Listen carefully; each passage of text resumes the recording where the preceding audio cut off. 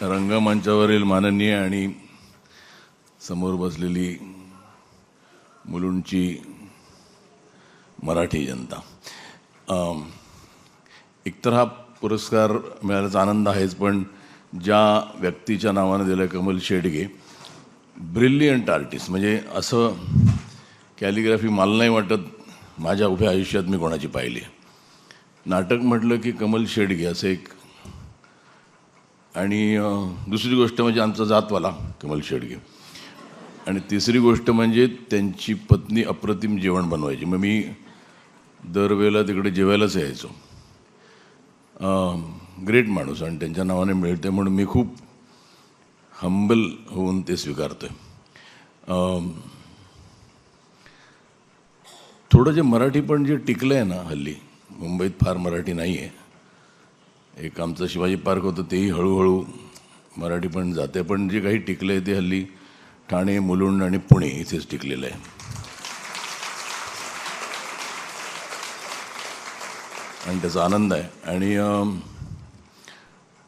खूप वर्ष आली. म्हणजे मला इनफॅक्ट अंजली वळसंकर ह्या आम्ही जेव्हा नवीन होते त्या स्टार होत्या. म्हणजे मला अजूनही आठवते लक्ष्मीकांत बेर्डे हे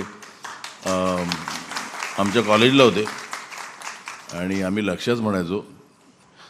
तर लक्षा नाटकात हिरो झाला हे आमच्यासाठी खूप कौतुकाची बाब होती. आणि त्यावेळेला कधी लक्षाला भेटायला गेलो की आम्ही म्हणायचो रे ही हिरोईन आहे अंजली वळसंकर. अजूनही आठवते ते. भवन्सला होता लक्षा.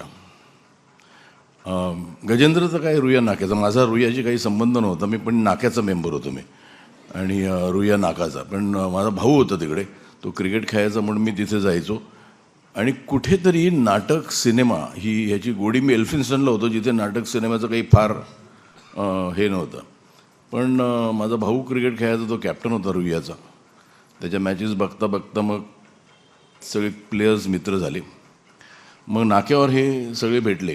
खऱ्या अर्थाने नाटकाची गोडी निर्माण झाली ती विनय आपटे तिथे रुईया नाट्यवलयाची नाटकं करायचा.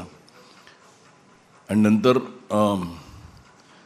आमच्या कॉलनीत जयदेव हट्टंगडी राहायचा. माझ्या कॉलनीत नाही, म्हणजे मी सकाळी उठायचो, डोळे चोळायचो, तो समोर जयदेव दिसायचा, इतका बाजूला होता तो माझ्या. आमचं बैठं घर होतं आणि त्याच्यासमोर एक बाग होती, ती आमच्या बेडरूमच्या बाहेर होती.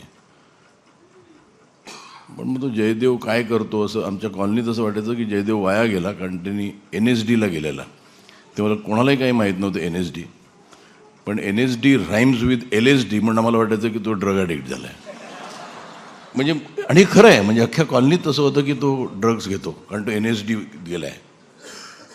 So funny. आणि मग तो तिथून आला ग्रॅज्युएट होऊन आणि त्याच्या घरी अशी विचित्र विचित्र माणसं यायला लागली त्यावेळेला. म्हणजे आम्हाला काही माहिती नाही त्यावेळेला. आम्ही काही धर्मेंद्र, जॉय मुखर्जी, राजेंद्र कुमार हे hero, good looking Punjabi hero.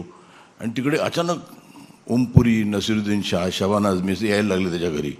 आणि म्हटलं हे काय आहेत सिनेमात, म्हणजे ह्यांना कोण घेणार आहे असा आमचा एक प्रश्न असायचा. त्यात रोहिणी आली मग तिकडे लग्न होऊन. मी म्हटलं रे ही हिरोईन वाटतच नाही कुठल्या अँगलने. आमचं एक खूप लोक यायचे तिथे. आणि मग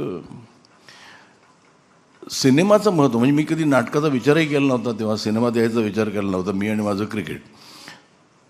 अचानक तिकडे कुठल्या तरी काय लंडनमधल्या रिचर्ड ॲटनबरो नावाच्या माणसाला, म्हणजे कुठेतरी मी त्याला देतो क्रेडिट, मी ह्या लाईनमध्ये आले. त्यांनी घेतलं नसतं रोहिणीला तर आम्हाला वाटतं कोण आहे आले आहेत हिरो. पण उगाच कॉलेज विलेजमध्ये लोकांना असं की अरे रोहिणी हट्टंगडी तुझ्या शेजारी राहते म्हणलो. नंतर आम्हाला वाटायला लागलं की काहीतरी आहे म्हणून. त्यामुळे जयदेव हट्टंगडी, रोहिणी हट्टंगडी, जयदेव आज नाही आहे पण खूप आज जे काही Jaidev was a very strict task master. पण आज जो मी आहे तो जयदेवमुळे आहे आणि थोडा रिचर्ड ॲटनबरोमुळे आहे. पण खूप छान वाटतं. म्हणजे असे प्रसंग आले की वाटतं की हे मला कधी करता आलं असतं. मी आज नाटकात सिनेमात आहे म्हणून तुमच्याशी असा गप्पा मारू शकतो, तुमच्याशी बोलू शकतो. आणि मी हा पुरस्कार स्वीकारतो एक ॲप्रिसिएशन म्हणून.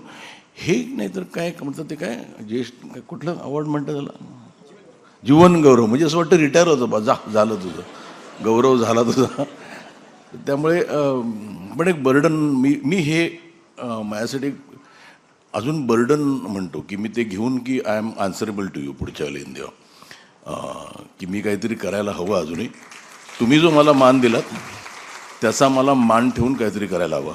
धन्यवाद मला इथे बोलवल्याबद्दल.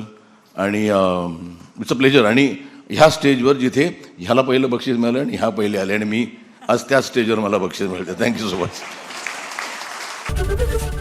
एबीपी माझा, उघडा डोळे बघा नीट.